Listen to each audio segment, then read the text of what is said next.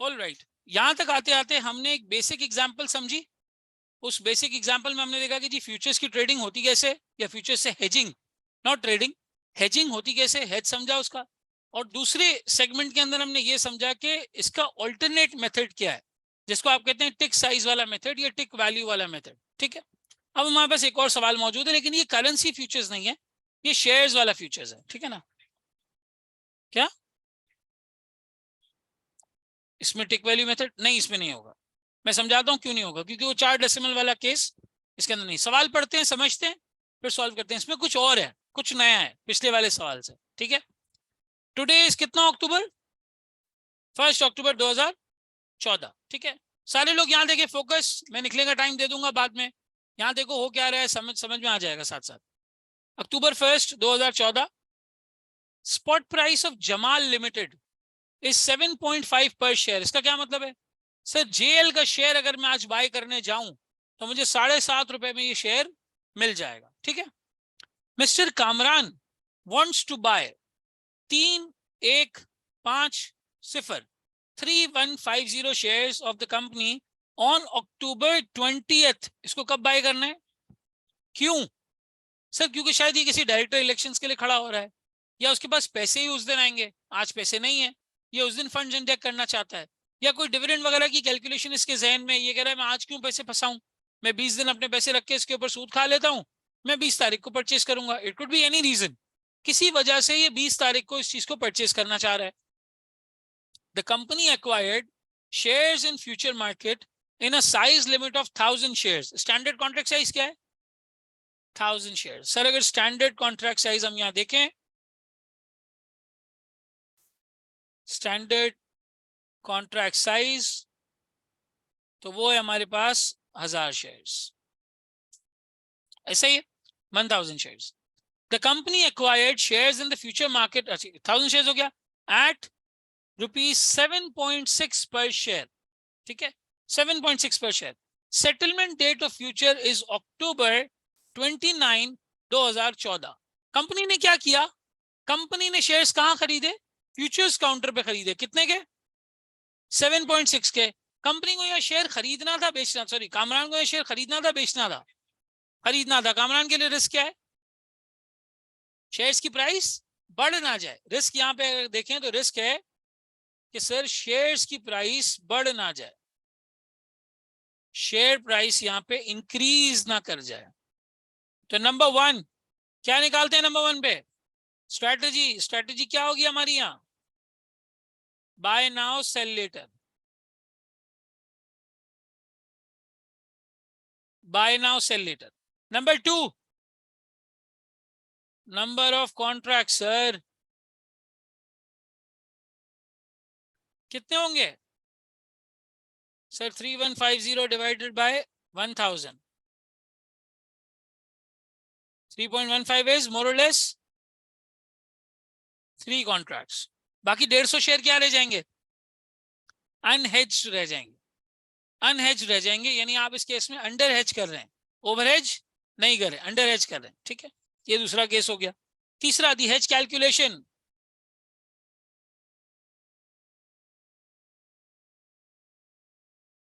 अब सर ये hedge calculation के लिए सवाल पूरा पढ़ते हैं। इन्होंने फ्यूचर्स बाय कितने पे किए हैं, 7.6 पे। दो अजम्पशंस पे हमने काम करना है। एक, अक्टूबर की 20 तारीख को स्पॉट रेट 10 रुपए हो जाता है। अजम्पशन 2, अक्टूबर की 20 तारीख को स्पॉट रेट 6.5 रुपए हो जाता है। दोनों केसेस में हम काम करेंगे। ठीक है, हेज कैलकुलेशन बताओ किस दिन क्या हुआ होगा, बाय किया किस तारीख को, फ्यूचर्स कब बाय किए हैं, 20 अक्टूबर। 20 अक्टूबर तो एक्चुअल शेयर्स बाय करने हैं। पढ़ो क्या लिखा हुआ है, 1 अक्टूबर, अक्टूबर की पहली तारीख को सर बाय किए होंगे फ्यूचर्स, बिल्कुल सर बाय किए होंगे। भाई रिदा, दोनों मेथड्स आपके पास हैं, उस मेथड से करें, इस मेथड से करें, गेन निकालने का टिक साइज वाला भी है, ये भी है, जो एग्जामिनर आपको पूछता है। ठीक है, बाय फ्यूचर्स। सर अगर हम बाय करते हैं फ्यूचर्स यहाँ पे तो किस तरह से करेंगे, 3 कॉन्ट्रैक्ट्स, कितने वाले, 1000 वाले, किस रेट पे, 7.6 पर शेयर के ऊपर, ऐसा ही है। बाय कर रहे हैं तो नेगेटिव में कर दूं, ठीक है, कितना आया? 22,800 का आपने प्रॉमिस कर लिया। प्रॉमिस किया, पेमेंट की? प्रॉमिस किया सर, पेमेंट कोई नहीं। थोड़ा बहुत इसका क्या जमा कराया होगा? Security deposit. आइडियली तो उसकी कॉस्ट भी आनी चाहिए, लेकिन उतना डिटेल इस लेवल पे आता नहीं है। उतना डिटेल इंशाल्लाह बीएफडी में आएगा। सही है, यहाँ सारे लोग यहाँ फोकस करें। अब क्या होगा? अक्टूबर की 20 तारीख आएगी, अक्टूबर की 20 तारीख पे हम सेल कर देंगे। कितने? 1000 वाले 3 कॉन्ट्रैक्ट। किस रेट पर? किस रेट पर? 10 पे। 10 किसका प्राइस है? स्पॉट का। फ्यूचर्स का कहाँ है? फ्यूचर्स का रेट थोड़ी है ये। कौन से रेट से? यानी 29 अक्टूबर कहाँ है? Settlement date. हाँ, फ्यूचर का जो कॉन्ट्रैक्ट मेच्योर हो रहा है, फ्यूचर का जो कॉन्ट्रैक्ट मेच्योर हो रहा है वो किस डेट पे हो रहा है? अक्टूबर 29 पे। हमें क्लोज कब करना है? अक्टूबर 20 पे। तो हम अर्ली क्लोज आउट कर रहे हैं। ऐसा ही है, अर्ली क्लोज आउट कर रहे हैं। तो अर्ली क्लोज आउट किस रेट पे करेंगे? सर वो रेट दिया हुआ नहीं है इस सवाल में। तो ये सवाल क्या है? ये सवाल ये है कि अगर फ्यूचर्स का रेट दिया हुआ ना हो, क्लोजिंग वाले दिन, क्लोजर वाले दिन अगर रेट दिया हुआ ना हो, तो उसको कैसे फाइंड आउट किया जाएगा? उसको कैसे फाइंड आउट किया जाएगा? अब आए वो सीखते हैं। ठीक है ना, पेन्स डाउन, आराम से देखो कैसे फाइंड आउट करेंगे इसको। सर ये रेट अभी हमारे पास है नहीं, हम निकालते हैं। देखो अक्टूबर की 1 तारीख को थोड़ा बैकलॉग देखते हैं, बैक टेस्ट करते हैं। सर ऑन अक्टूबर 1 मेरा स्पॉट कितना चल रहा था? सर स्पॉट चल रहा था 7.5। ठीक है, फ्यूचर कितना चल रहा था? 7.6। इन दोनों के बीच में डिफरेंस कितना था? 0.1। इसको कहते हैं बेसिस। क्या कहते हैं? जरूरत से ज्यादा का मुश्किल किया हुआ है। गोरा यहाँ डिफरेंस भी कह सकता था, वो कहता है बेसिस। क्या कहता है? बेसिस। ये बेसिस क्या है? बेसिस है स्पॉट और फ्यूचर का आपस में डिफरेंस। अक्टूबर की 1 तारीख को मार्केट ये एक्सपेक्ट कर रही थी कि अक्टूबर की 29 तारीख को ये शेयर 7.6 का हो जाएगा। क्या एक्सपेक्ट कर रही थी? ये शेयर अक्टूबर की 29 तारीख को 7.6 का हो जाएगा। ये मार्केट एक्सपेक्ट कर रही थी। यहां पे कितने टाइम पीरियड में? 29 दिन में। 29 दिन में। ये बेसिस किसको रिप्रेजेंट करता है? Represents 29 days. कैसे निकाला सर ये? From October 1 to 29। समझ में आई बात? पहली से 29 तक 29 दिन का जो डिफरेंस एक्सपेक्ट किया मार्केट ने, वो 0.1 किया। अब क्या आपको पता है कि 20 तारीख को फ्यूचर्स का रेट कितना है? नहीं सर, हमें नहीं पता। अगर निकालना है तो हम क्या करेंगे? इस 0.1 को प्रोपोर्शनेट कर देंगे। इस 0.1 को प्रोपोर्शनेट कर देंगे ओवर रिमेनिंग डेज। टोटल 0.1 कितने दिन को रिप्रेजेंट करता है? 29। जिस दिन आप क्लोज आउट कर रहे हैं कितने दिन बाकी हैं? 9 दिन। तो इसका जो 9 दिन वाला पोर्शन है वो आज के स्पॉट में ऐड कर दूं तो फ्यूचर बन जाना चाहिए। बिल्कुल बन जाना चाहिए। कैसे सर? आए कैलकुलेट करते हैं। हाँ मैं कर रहा हूँ, रिपीट करो। या तो रिपीट बोलो या दोबारा बोलो। दोबारा रिपीट का मतलब दोबारा दोबारा बोलो। सही। ऑन अक्टूबर 29, ठीक है ना, sorry on October 20th। On October 20th, ठीक है। अक्टूबर की 20 तारीख को मेरा स्पॉट कितना चल रहा था? सर इस दिन स्पॉट चल रहा था 10 पर शेयर। ऐसा ही है, 10 चल रहा था। ओके सर, 10 रुपए रेट चल रहा था। सर इस दिन क्या मैं रिमेनिंग बेसिस निकाल सकता हूं? रिमेनिंग बेसिस निकाल सकता हूं? बिल्कुल सर निकाल सकते हैं। वो कैसे निकलेगा? 0.1 divided by 29 multiply by 9 days. 20 तारीख को, अक्टूबर की 20 तारीख को अभी कितने दिन बाकी हैं? 9 दिन बाकी हैं। तो सर 9 दिन का जो बेसिस है वो कितना है बताओ? 0.031। 0.031। तो यहां आप डालो 0.031, ठीक है ना। ये हमने इस तरह से निकाला। करो टोटल। अच्छा अब सवाल ये कि सर इसको ऐड करेंगे या लेस करेंगे? अगर डे 1 पे पॉजिटिव स्प्रेड था तो तुम भी पॉजिटिव कर दो, अगर डे वन पे नेगेटिव स्प्रेड था तो तुम भी नेगेटिव कर दो। ऐड करो इसको, कितना हुआ 10.031। ये आपकी बनी estimated futures price as on October 20 तारीख। ठीक है, ये आपकी फ्यूचर्स प्राइस बन गई। मार्केट ने ये एक्सपेक्ट किया था कि 10 पैसे बढ़ेंगे 29 दिन में, तो अब कुछ हिस्सा बढ़ चुका है 20 दिन तक, कुछ रहता है बाकी 9 दिन का पोर्शन, कुछ बाकी 9 दिन का रहता है। तो जो भी आज की स्पॉट प्राइस थी, अब जो फ्यूचर्स अक्टूबर 29 का है वो सिर्फ और सिर्फ रिमेनिंग 9 डेज का डिफरेंस आएगा इसके अंदर, सिर्फ और सिर्फ रिमेनिंग 9 डेज का आएगा। तो रिमेनिंग 9 डेज का डिफरेंस है 0.031, ये बन गया 10.031। यहां पे इसको क्लोज करो 10.031 पे, कितना हो गया हाँ 30,095 90 93 930 है 93 93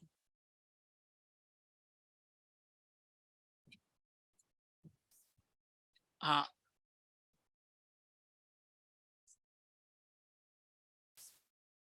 किसमें, क्योंकि 7.5 से वो चीज 10 रुपए हो चुकी है भाई। डॉलर का रेट 280 से 300 हो जाता है, हम रोक सकते हैं? यहाँ पे भी जमाल लिमिटेड का प्राइस बढ़ गया, कौन रोक सकता है?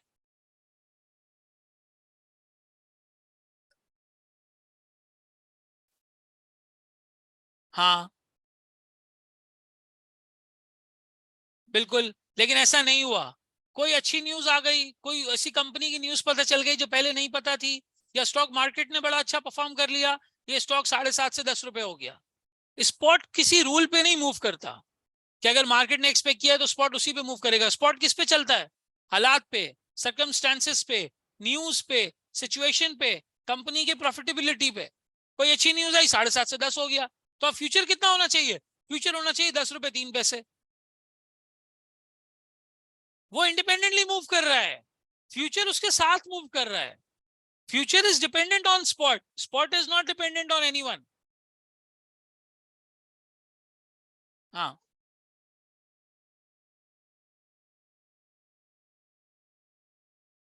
मैं तुम्हें एक एग्जांपल से समझाता हूँ। मैं मिसाल के तौर पे आपके पास एक गाड़ी है, ठीक है, आज उसकी मार्केट वैल्यू है 18 लाख, उस पे ओन चल रहा है 2 लाख, ठीक है। ये ओन है 20 दिन का, कितने दिन का? 20 दिन का। एक दिन का ओन कितना हुआ? 10,000 रुपए। 20 दिन का ओन है तो एक दिन का ओन कितना हुआ? 10,000 रुपए। आपने ये गाड़ी 18 लाख प्लस 2 लाख रुपए ओन 20 लाख रुपए में उठा ली, आपके पास पड़ी है, ठीक है। 15 दिन इस पे गुजर चुके हैं, 15 दिन इस पे गुजर चुके हैं। मान लो कि अब जो गाड़ी की डिलीवरी है वो 5 दिन में हो जाएगी, 5 दिन का ओन रह गया, लेकिन गाड़ी की एक्चुअल वैल्यू 18 से 25 हो चुकी है। तो मुझे बताओ, तुम अपनी गाड़ी 18.5 में, 20 में, 22 में बेचोगे, या 25 लाख प्लस 5 दिन के 50,000 में बेचोगे? 25 लाख प्लस 5,000 50,000 में बेचोगे ना। तो यहां भी शेयर की इटसेल्फ प्राइस 7.5 से 10 हुई है। फ्यूचर का जो भी स्प्रेड है वो इसके साथ अब ऐड हो जाएगा। ये 7.5 से 3 रुपए भी हो सकता था। अगर एग्जामिनर ने रेट नहीं दिया हुआ तो ऐसे निकालेंगे, अगर दिया हुआ है तो फिर तो फ्यूचर का वही रेट उठाओगे। अगर एग्जामिनर ने नहीं दिया हुआ तो फिर वो जो स्प्रेड है वो रिमेनिंग डेज जितना उसमें ऐड कर दोगे या लेस कर दोगे। दिया हुआ होता तो फिर ये मेहनत करने की जरूरत ही नहीं थी। पहले वाले सवाल में हमें फ्यूचर्स का क्लोजिंग प्राइस दिया हुआ था तो हमें मेहनत करने की जरूरत, बोलो भाई, नहीं थी। मेहनत करने की जरूरत नहीं थी। सवाल?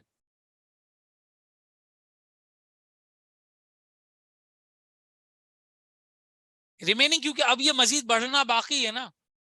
29 दिन में 10 पैसे अज्यूम किया था, 20 गुजर गए, तो अब बाकी 9 दिन में 3 पैसे और बढ़ जाएगा, दैट इज 0.031। समझ में आई बात? Everyone gets it? ठीक है। अच्छा जी, by future sale future negative difference बताओ।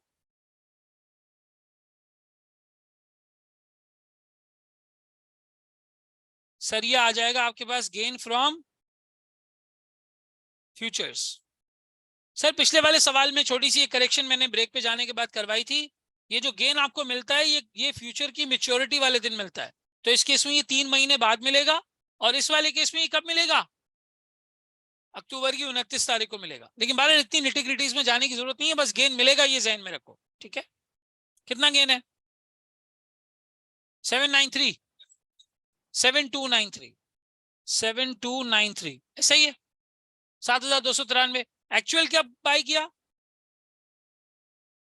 एक्चुअल बाय ऑन स्पॉट कितना है वो सर 3150 मल्टीप्लाई बाय 10 रुपए कितना हो गया 31,500 ठीक है। माइनस कर दो, नेट इफेक्टिव कॉस्ट क्या आई, नेट इफेक्टिव कॉस्ट आई 24,207 ठीक है। सर इसमें करेंसी वाला 4 डेसिमल प्लेस नहीं था, होता तो हम यहाँ पे भी टिक कैलकुलेट कर लेते, ठीक है ना, यहाँ भी कर लेते, लेकिन यहाँ करेंसी वाला सीन हमारे पास नहीं था। चाहे तो बना सकते हैं लेकिन मुश्किल हो जाएगी कैलकुलेशन, जरूरत नहीं है। हाँ वो टाइपो हो गया मुझसे, इधर कामरान होना चाहिए मैं पढ़ते हुए गुजर गया था, मैंने कहा कोई हाईलाइट करेगा तो बता दूंगा, ये कंपनी नहीं है भाई, ये कामरान है, इसको ठीक कर लो, ये टाइपो हो गया मुझसे, सही है। This is Kamran, Kamran acquired shares in the future market.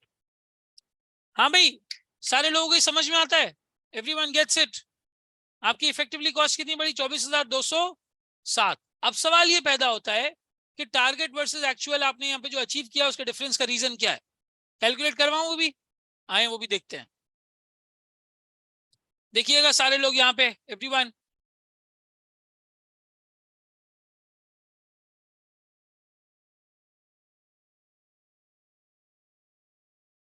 Sir मेरी टारगेट कॉस्ट थी जिस दिन मैंने सोचा कि मैं इसको खरीदूं, कितनी थी उस दिन 7.5 चल रहा था सर, कितना हो गया,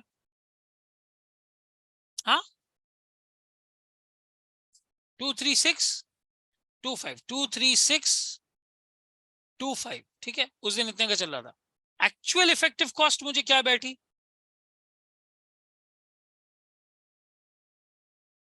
सर अगर मैं एक्चुअल इफेक्टिव कॉस्ट देखता हूं तो वो मुझे बैठी है 24207, ऐसा ही है, कितना फर्क आया 582 माइनस 582। सर मैं ये कह सकता हूं कि ये टारगेट मेरा अचीव नहीं हो पाया, 582 का मेरे पास जो है वो डिफरेंस आ गया। अब इसके दो रीजन है, एक तो अंडर एज, एक ओवर एज, ओ सॉरी मूवमेंट। सर अगर मैं अंडर एज की बात करता हूं तो अंडर एज मेरे पास कितना पोर्शन था, कितने 150 150 शेयर्स, कितने के पड़े मुझे इवेंचुअली 10 रुपए के पड़े, सोचा कितने का था 7.5 का, 2.5 इंटू 150 कितना बनता है 375 375। ये टेक्निकली फेवरेबल है अनफेवरेबल है, अनफेवरेबल सर। मेरा डर क्या था कि प्राइस बढ़ ना जाए, और एक्चुअल में हुआ क्या, यही तो हुआ सर, यही तो हुआ। तो ये 582 के नुकसान में कुछ तो इसकी वजह से हुआ, अगर ये है जो जाते तो मुझे इससे बचाव मिल जाता, ये 375 का नुकसान नहीं होता, लेकिन ये हो गया, ये अनएच थे, सोचा था 7.5 पे बाय करूं, 10 रुपए के हो गए, 2.5 रुपए का नुकसान हुआ मुझे टेक्निकली। अगर हेज कर लेता तो 2.5 का नुकसान शायद ना हुआ होता। और बाकी ये मूवमेंट,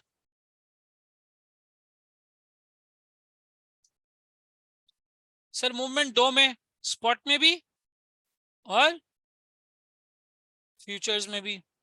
सर अगर स्पॉट की बात करें तो स्पॉट में मूवमेंट कितनी हुई है, 3,000 शेयर्स मल्टीप्लाई बाय 10 माइनस 7.5 कितना हो गया 7,500। फेवरेबल अनफेवरेबल, सर नुकसान हुआ है ना, स्पॉट पे चीज महंगी हो गई है, 7.5 की चीज 10 रुपए की हो गई है, स्पॉट पे क्या हुआ है मुझे, स्पॉट पे नुकसान हुआ है सर, 7,500 की चीज 7.5 रुपए की चीज 10 की हो गई है, ठीक है।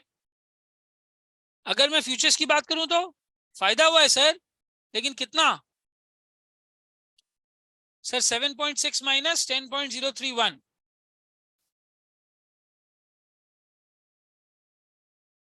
10.031 माइनस 7.6 कितना हो गया 77293। सर दोनों का डिफरेंस निकालो, माइनस 7500 प्लस 7293 कितना हुआ नेगेटिव, नेगेटिव ठीक है, तो यहाँ हो गया -207।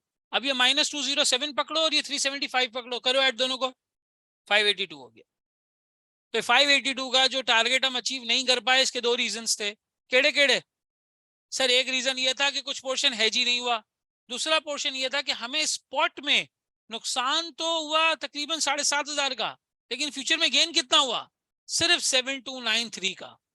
अगर ये मुकम्मल 7,500 का गेन हो जाता तो फिर यहाँ पे बात हमारी मुकम्मल हो जाती, वो बहरहाल नहीं हो पाई।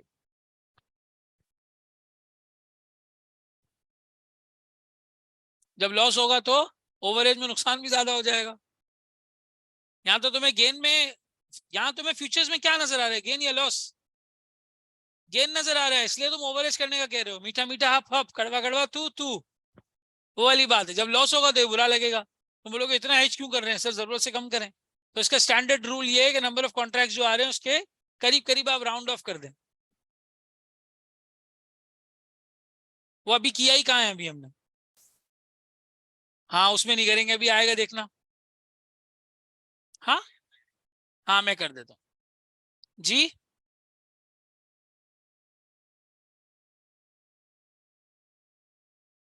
हाँ रीजनिंग, रीजनिंग हेज एफिशिएंसी का रीजन पता चलता है, हमें सिर्फ आउटकम निकाल के देना है, गेन लॉस इफेक्टिव कॉस्ट कितने का पड़ा इवेंचुअली, हमें ये निकाल के देना है। टारगेट वर्सेस एक्चुअल में क्या डिफरेंस आया, क्यों आया, क्या रीजन था, इस लेवल पे सिलेबस में नहीं है, लेकिन आपको बता इसलिए रहा हूं क्योंकि आपके दोस्त के रजिस्टर में दिख जाएगा आपको। समझ में आ रही है बात?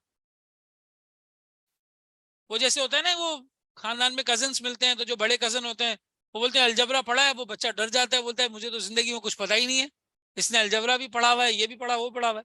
तो हमारे इंडस्ट्री में भी ये तरीका कार है, जो सिलेबस में नहीं है वो पढ़ा दो बच्चों को, देखो कैसा पढ़ाया मैंने, कैसा बताया मैंने। मैं बता रहा हूँ, ऐसा ना ऐसा से कमतरी में मुब्तला हो जाओ। जी सवाल दोबारा बता देते हैं, कोई मसला ही नहीं है। देखें ये 10.031 कैलकुलेट कैसे किया, ये सवाल है। ठीक है, ये सवाल है। जिस दिन आपने फ्यूचर खरीदा, स्पॉट 7.5 का चल रहा था, फ्यूचर 7.6 का चल रहा था, यानी मार्केट ये एक्सपेक्ट कर रही थी कि जो भी स्पॉट की वैल्यू होगी, फ्यूचर उससे 0.1 ऊपर चल रहा है आज 29 दिन के लिए, तो 29 दिन का स्प्रेड हो गया 10 पैसे। ठीक है, अब आप जिस दिन फ्यूचर क्लोज करने गए, स्पॉट किसी वजह से 10 रुपए हो गया था, कोई भी वजह हो सकती है, स्टॉक मार्केट बड़ी अच्छी चल गई, इलेक्शंस की न्यूज आ गई, कंपनी ने कोई डिविडेंड अनाउंस कर दिया, कंपनी में कोई अच्छा डायरेक्टर आ गया, कंपनी को कोई अच्छा कॉन्ट्रैक्ट मिल गया, it could be any reason, उस रीजन की वजह से स्पॉट 7.5 से 10 रुपए हो गया। तो शुरू में आपने ये अज्यूम किया था कि जो भी स्पॉट होगा उससे 10 पैसे ऊपर चलेगा फॉर 29 डेज। अब 9 दिन बाकी हैं, तो 10 पैसे का अगर 29 दिन थे तो 9 दिन के कितने, 3 पैसे, 0.031। ये बात समझ आती है, ये समझ आती है बात? हाँ ये इवनली इवनली इंक्रीज कर रहा है, इवनली हमारे पास बेसिस जो है वो कम होता चला जाएगा। हाँ अक्टूबर 1 के केस में 0.1 का डिफरेंस था, अब वो डिफरेंस वक्तन फवक्तन क्या होता जा रहा है, कम होता जा रहा है। जब मेच्योरिटी का दिन आएगा ये डिफरेंस क्या हो चुका होगा, बिल्कुल जीरो हो चुका होगा। तो अक्टूबर की 1 तारीख को इनका डिफरेंस था 0.1, अक्टूबर की 20 तारीख को इनका डिफरेंस है 0.03, तो जो उस दिन डिफरेंस था उससे कटता हुआ कम होता हुआ ये चीज होती जा रही है। समझ में आ रही है बात? हाँ जी, क्लियर होती है बात, एवरीवन गेट्स इट? ऐड किया ये माइनस कर देंगे, अगर डे 1 पे उल्टा चल रहा है तो वो करवा रहा हूँ, नहीं उसमें माइनस नहीं होगा, करवा रहा हूँ, उसमें भी ऐड करेंगे, उसमें भी ऐड करेंगे। 6.5 पे आ रहा हूँ, पहले कॉपी कर लो इसको आराम से। और कोई सवाल किसी का, एनीवन?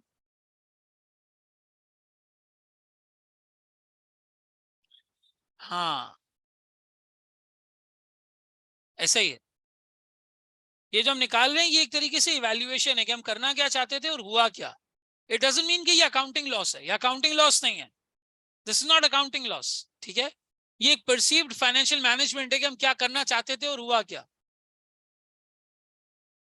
कॉपी कर लें, फिर इसका assumption 2 वाला पार्ट करते हैं। चलें जी, यहां तक आते आते हमने assumption 1 का काम कर लिया, अब assumption 2 का काम करते हैं। और अगर कोई ये गेन लॉस टिक साइज के थ्रू कैलकुलेट करना चाहे तो उससे भी हो जाएगा, 7293 करके देख लिया ना, उससे भी हो जाएगा, कोई मसला नहीं है। 6 पॉइंट, हाँ वो उस पर आ रहे हैं, उस पर आ रहे हैं, उस पर आ रहे हैं, सबर करो।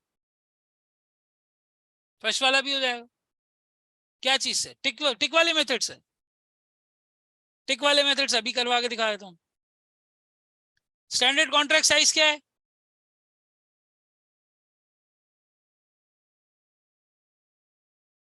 कितना है? 1000 शेयर्स। और किससे डिवाइड करते हैं हम? 10,000 से। कितना आया? 0.1 is, 0.1 is tick value. What is tick value? ठीक है। मूवमेंट कितनी हुई है?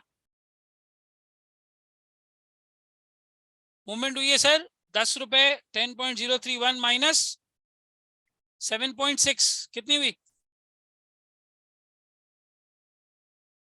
2.431। ठीक है, यहां निकाल लो तुम नंबर ऑफ टिक्स। उसके लिए क्या करते हैं? 2.431 मल्टीप्लाई बाय 10,000 कितना हो गया? 24310 टिक्स। ऐसा ही है, ऐसा ही है। अब इसको क्या करेंगे? मल्टीप्लाई बाय टिक वैल्यू करेंगे। 24130 मल्टीप्लाई बाय 0.1 कितना हो गया? 2413। ठीक है, ये हो गया गेन पर कॉन्ट्रैक्ट। हाँ 31 कर देते हैं, 31 कर देते हैं।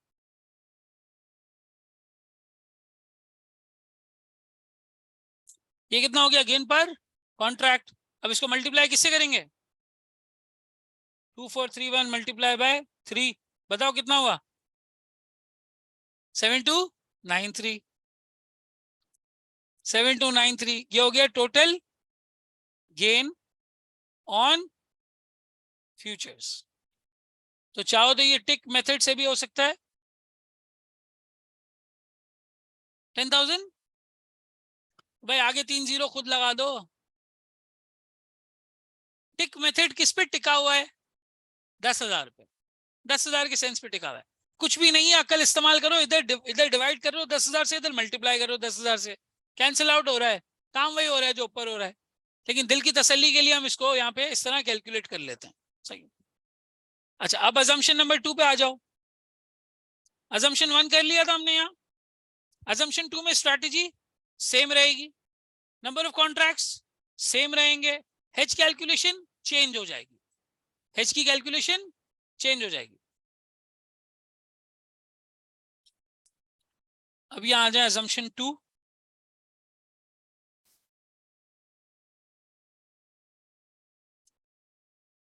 Hedge calculation. ठीक है सर, अक्टूबर की 1 तारीख को हमने बाय किए फ्यूचर्स। कितने बाय किए सर? 3,000 के कितने, सॉरी 1,000 के कितने कॉन्ट्रैक्ट्स?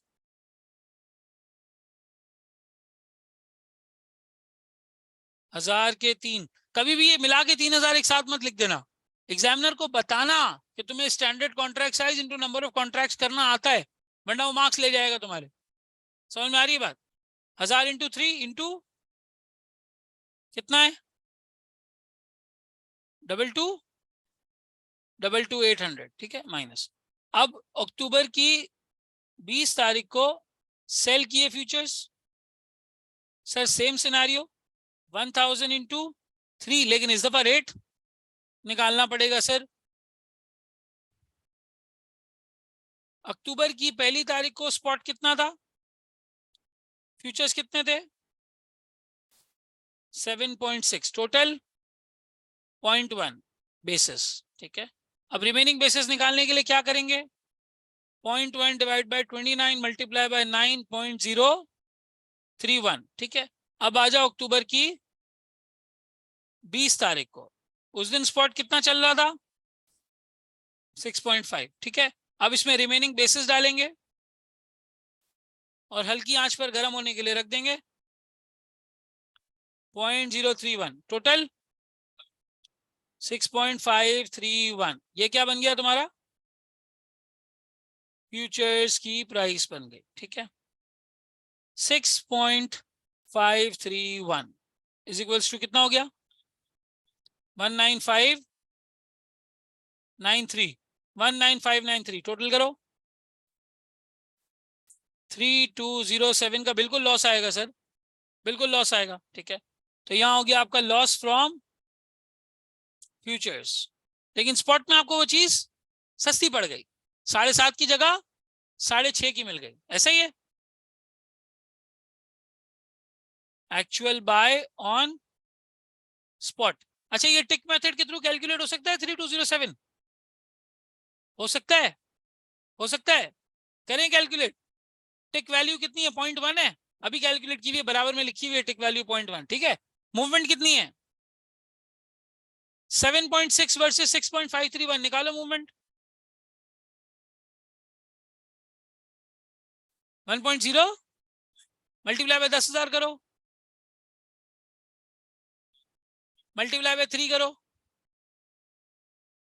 मल्टीप्लाई बाय 0.1 करो, आ गया, आ गया भाई। ये वाला मेथड टिक मेथड से, अदर देन टिक से ही तो किया है ना, ये अदर देन टिक मेथड से ही तो किया है। हाँ, ये 4 स्टेप्स करके दिखाऊं? ये 4 स्टेप्स इसके भी अभी करके दिखाता हूं। एक्चुअल बाय करेंगे स्पॉट पे 3150 मल्टीप्लाई बाय 6.5 कितना? 20,000, 20,475 टोटल हो जाएगा, माइनस माइनस प्लस हो जाएगा। टोटल इफेक्टिव कॉस्ट, वहां गेन हो रहा था तो नेट इफेक्टिव कॉस्ट है, इधर टोटल इफेक्टिव कॉस्ट है। कितना है? 2363 682, 23682, 23682, ठीक है। ये आपकी इफेक्टिव कॉस्ट बन गई, ऐसा ही है। बिल्कुल सर, ये इफेक्टिव कॉस्ट बन गई। अब इसको हम एनालाइज कर लें कि ये डिफरेंस क्यों आया, या पहले टिक से कैलकुलेट करके दिखा दूं? पहले एनालाइज कर लें। टारगेट कॉस्ट थी सर 3150 मल्टीप्लाई बाय 7.5 कितना? 625, 23625। एक्चुअल कॉस्ट क्या आई सर? एक्चुअल कॉस्ट अगर देखें तो वो आई 23682। कितना डिफरेंस आया? नेगेटिव पॉजिटिव कितना? 57। अब देखो एक्चुअल में तो लॉस 3200 का हुआ था, लेकिन टारगेट अचीव करने में सिर्फ सिर्फ कितना नुकसान हुआ है? 57 का। आओ इसको एनालाइज करते हैं, कितना फर्क इसका? सर एक तो आपका अंडर हेज, अंडर एज कितने शेयर्स हुए sir? 150 shares multiply by 7.5 minus 6.5, तो सर 150 रुपए का यहाँ पे आपको फायदा हुआ नुकसान हुआ? फायदा हो गया, स्पॉट में चीज सस्ती मिल गई, सस्ती मिल गई सर। दूसरा मूवमेंट, सर अगर मूवमेंट की बात करें तो दो, कौन कौन सा? स्पॉट और दूसरा फ्यूचर्स। सर अगर 3000 शेयर्स स्पॉट में देखें तो वो मूव हुए 7.5 माइनस 6.5, ये बनता है 3000, ऐसा ही है। फायदा हुआ नुकसान हुआ? फायदा हुआ नुकसान हुआ? फायदा हुआ सर। फ्यूचर्स की बात करें अगर तो वहां नुकसान हुआ, कितना सर? ये हो जाएगा 10.031 minus, sorry sorry sorry sorry, गलती हो गई, गलती हो गई, ऊपर वाला पार्ट है वो वैल्यू मुझे याद रह गई थी, ये हमने निकाली है 6.531, ठीक है। 6.531 माइनस 7.6 कितना आया? -3207, ऐसा ही है सर। इन दोनों को ऐड करेंगे क्या निकलेगा? -207, और यहाँ पे प्लस 150, दोनों को करो। 150 माइनस 207 इज -57, ये आ गया यहाँ पे। This one and this one. अब क्या रह गया? क्या कैलकुलेट करें? टिक वैल्यू, टिक मेथड से सब कॉपी एक साथ करने का टाइम दे दूंगा, देख लो पहले।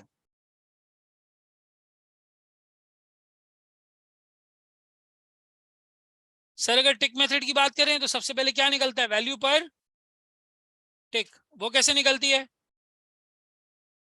Contract size standard 1000 multiply by 10,000 कितना बना 0.1, ठीक है। मूवमेंट कितनी है, मूवमेंट इन फ्यूचर्स कितनी है जी, 7.6 माइनस 6.531 कितना हुआ 1.069, ठीक है। नंबर ऑफ टिक्स निकाल लो पर कॉन्ट्रैक्ट, नंबर ऑफ टिक्स पर कॉन्ट्रैक्ट,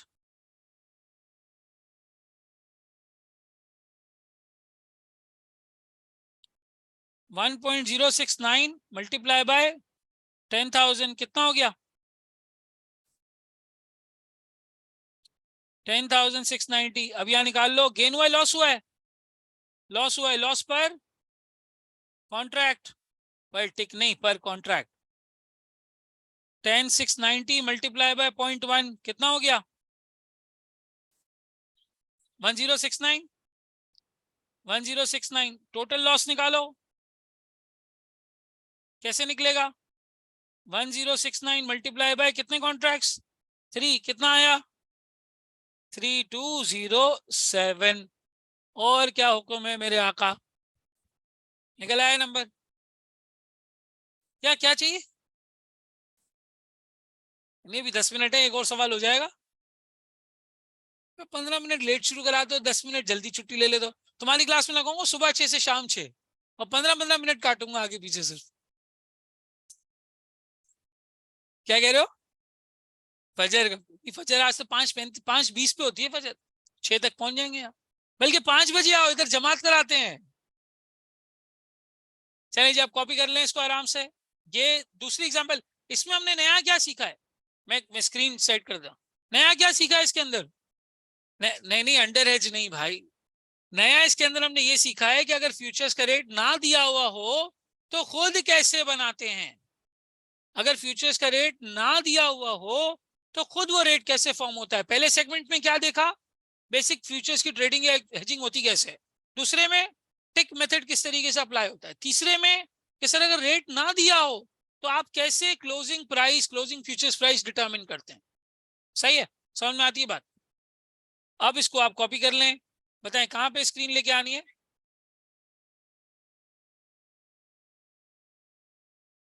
assumption 2 आ जाए जी, इसको कॉपी कर लें आराम से।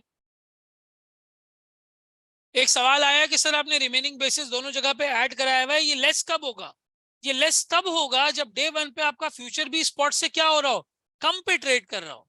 जब डे 1 पे नेगेटिव स्प्रेड होगा तो अर्ली क्लोज आउट पे भी नेगेटिव स्प्रेड होगा, डे 1 पे पॉजिटिव स्प्रेड होगा तो अर्ली क्लोज आउट पे भी पॉजिटिव स्प्रेड होगा। Do we get it.